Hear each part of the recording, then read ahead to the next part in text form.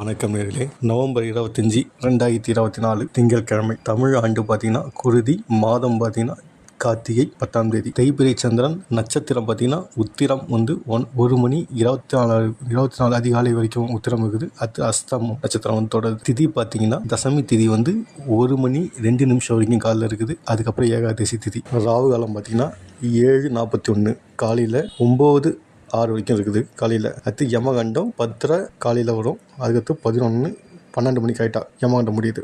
கூலிகை பார்த்தீங்கன்னா 1:20 மதியானம் 1:20 2:45 வரைக்கும் மதியானம். இன்னைக்கு சந்திராஷ்டம நட்சத்திரம் பார்த்தீங்கன்னா அவிட்டம், சதயம்.